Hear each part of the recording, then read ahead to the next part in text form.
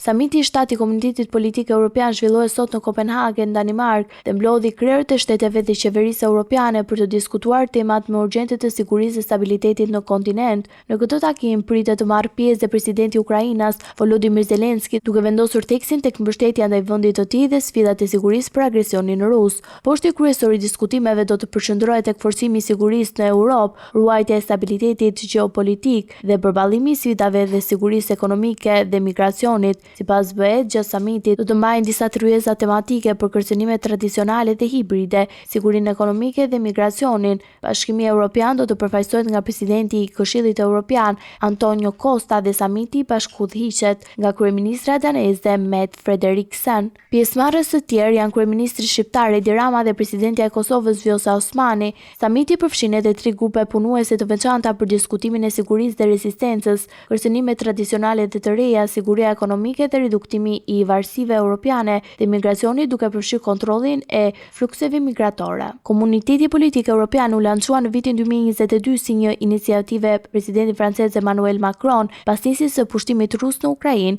dhe shërben si forum ndërqeveritar për diskutime mbi të ardhmen e Europës. Në samitin e parë në Prag, Macron theksoi se KPE nuk zëvendëson antarësimin në BE, duke qartësuar se udhëheqësit e Ballkanit Perëndimor se ky komunitet është një platformë dialoguese për të adresuar sfidat politike dhe sigurinë në kontinent.